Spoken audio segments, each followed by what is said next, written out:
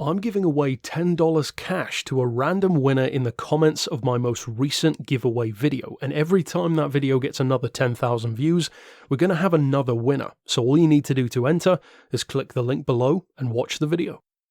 Hi again then guys, and welcome to another look back to the world of Project Gotham 4, of course, this time to one of the better known cars in the game, not some super obscure concept or a rare unicorn of a hypercar, a very well known, widely loved, hugely respected supercar. I know that many of you guys love this car as well, and the beautiful thing about the Saleen S7 is that so many of us, regardless of our console of choice or background in racing games, we've almost all experienced this car in some form or another, be it in Gran Turismo, Forza, Project Gotham, Midnight Club, Test Drive Unlimited. It's a very, very widely featured, and for good reason, supercar. And as far as I'm concerned, the Saleen S7 is actually the best all-round American supercar ever built. And I know that's a kind of hot take to make, there are certainly some good ones. The Ford GT is a top contender, as are stuff like the SSC Ultimate Aero, which is my dream hypercar. Even more recently, the SSC Tuatara is probably going to be pretty good. Even the Hennessy Venom GT is one of the quickest cars ever built, so it's a strong statement, I know, especially when the Mosler MT900 is also from Florida, but the reason why I say the Saleen S7 is because no other American supercar really ticks all of the boxes that this one does. It looks fantastic, the price is high but reasonable at the same time for a supercar, it's not multi-millions of dollars. The top speed is phenomenal, the acceleration is fantastic, the performance in relation to its power is incredible as well. Even the base model with 550 horsepower is still one of the quickest supercars around, and the handling is good, and to top it all off, its racing exploits put it up there with the best of them, even in GT1 class racing against the likes of the Maserati MC12. In fact, to put it simply, my opinion is that the Saleen S7 is America's answer to the McLaren F1. This precision-engineered idea of a race car for the street, which is not just unwieldy and unusable like some of those cars are, but it's a genuinely great street car, one of the quickest cars on the road, but then you can take it to a track, win multiple seasons, multiple races on different locations around the world, and it will be great on all of them. For top speed, for handling, for everything in between, and it's kind of like a modern interpretation of a Group C long-tail racer as well, like the Porsche 962s and the 917s, and of course that's always going to get cool points in my book. But what about in the game? Because in each game that the Saleen is featured in, only one thing is actually consistent, and that is it's always one of the quickest cars in the game. From Test Drive Unlimited to Gran Turismo to Forza to here, it is always incredibly quick.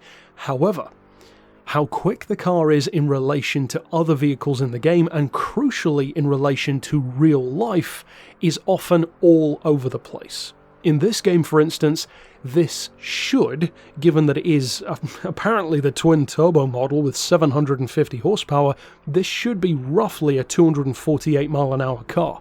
It's not even close, it's more like 220, which is basically like a standard Saleen S7. Even in Test Drive Unlimited, the top speed is also not that great, around what, 226, something like that, even though that is also supposedly the twin turbo. Then on the other hand, in Forza and Gran Turismo, it's crazy fast, and that's just the normal 550 horsepower version, so it's all over the place. However, what I will say in this game is that it is a fantastic all-rounder, just as it should be. The handling is excellent, it's certainly a more than capable enough choice to go up against any of the other supercars in its category, and even as far as the specs, of course it's a Category A car, but for each of the numbers that they give it, although you may disagree with some of them, you can kind of get what they're going for. For instance, the acceleration on this is rated at a 9 out of 10. If this were the twin turbo in real life, then yeah, that is a justifiable 9, if not a full 10. It does 0 to 60 in under 3 seconds, so yeah, I'd say that's a 9 out of 10 at least. As far as braking, well, they give it a very respectable 8. That seems pretty good to me. It does do an excellent job of slowing down, and of course that's kind of essential, because this is not a drag racing game, you need cornering ability as well, and this car has it in spades. Once again, they give it a very good score for grip, a 9 out of 10, and although that seems kind of ridiculous, that's borderline like Aston DBR9 or Caparo T1 kind of territory, but at the same time, with this kind of racing technology on the street, and with the added stability of that long tail, I'm going to give it to it. Yeah, a 9 out of 10 seems pretty good to me. There's a reason why it's a good race car at the end of the day. The drifting ability, they give a 4. That seems a little bit too high to me. I mean, sure, you could drift it, but I would give it probably more like a 2, maybe a 3 at the most, because it's not a tail-happy car. It's fast, it just wants to get the job done. And then finally, of course, we get to the top speed. A Saleen S7 should always have a high score for top speed. They give it the same as its acceleration, a 9 out of 10 again. Now the thing here is that I would disagree with that to some degree, because a 9 out of 10 is accurate as far as it doing about 220 miles an hour on most of the straights.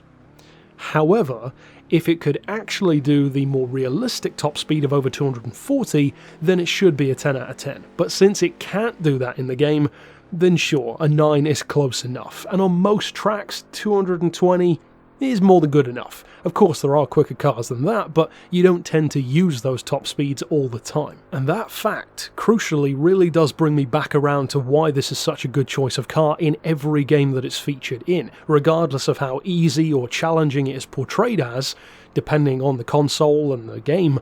The one thing that's always consistent is that the Saleen S7 is a fantastic choice. It's great in Gran Turismo, it's fantastic in Forza, it's one of the quickest cars in Test Drive Unlimited, and it's a brilliant choice here in Project Gotham as well. Even in Midnight Club, it's a great car. It's given the respect it deserves every single time it shows up, and that is great to see, because it should be. It's one of, I would say, the best supercars ever made, really regardless of where it comes from.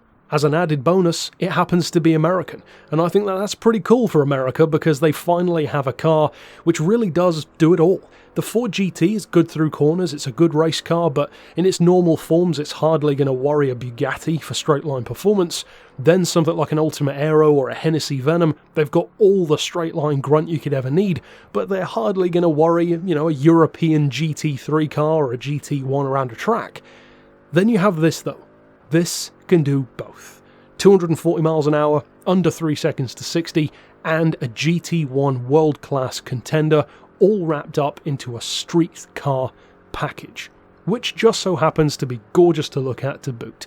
And it's one of the best sounding supercars as well, in my opinion. Overall then, it's justified to love the Saleen S7, certainly in real life. They do an excellent job of portraying it in the game, especially since the Mosler MT900 is not in Project Gotham, so this car's pretty much got the American stage to itself as far as being the best all-rounder. So yeah, definitely check it out. It's a dependable, fast, very cool car, and it always shows up to play, no matter what game it's in. But overall, that's it for this review. Of course, I will see you guys next time, and for now, as always, thanks for watching.